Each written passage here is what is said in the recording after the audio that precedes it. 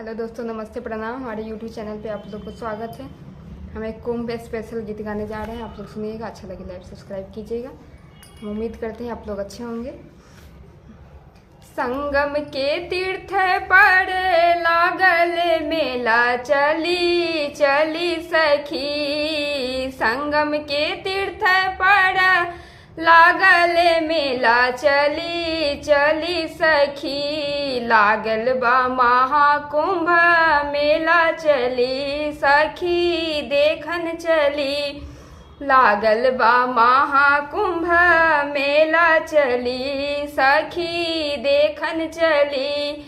संगम के तीर्थ पर लागल मेला, चली देखन चली। लागल बा महाकुंभ मेला, चली सखी देखन चली।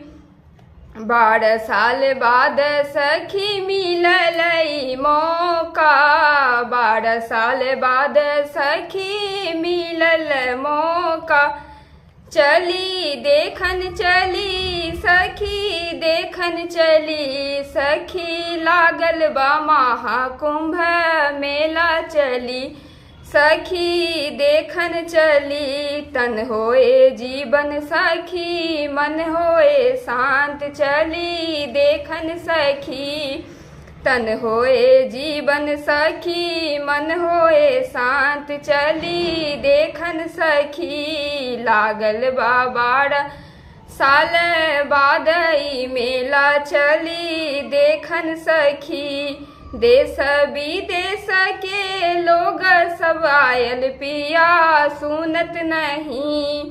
देश विदेश के लोग सब आयल पिया, सुनत नहीं। हमरो करा दी पिया कुंभ स्नान, काहे सुनत नहीं। हमरो करा दी पिया कुंभ स्नान, काहे सुनत नहीं। लागल बा 12 साल बाद ई मेला, पिया सुनत नहीं। लागल बा 12 साल बाद ई मेला, काहे सुनत नहीं। संगम महाकुंभ का योग महान, पिया सुनत नहीं।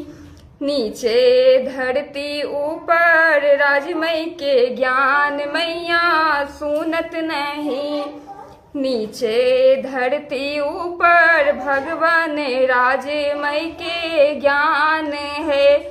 रहे विराज जहाँ लेटे हनुमान, मेरे बजरंग बली। रहे विराज जहाँ लेटे हनुमान, मेरे बजरंग बली। लागल बा 12 साल बाद ई कुंभ राजा, सुनत नहीं। लागल बा 12 साल बाद ई मेला, पिया सुनत नहीं। पग पग पावन धाम, कन कन में भगवान यहाँ। पग पग पावन धाम, कन कन में भगवान यहाँ। लागल बा 12 साल बाद ई कुंभ, पिया सुनत नहीं। धन्य भारत भूमि धरती, धन्य पावन धाम यहाँ। धन्य भारत भूमि धरती, धन्य पावन धाम यहाँ।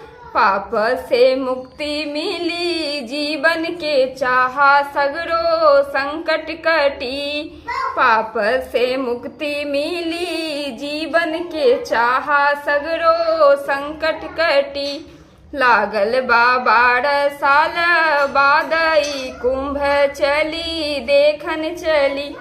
धन्यवाद। कैसा लगा हो कमेंट बॉक्स में जरूर बताइए।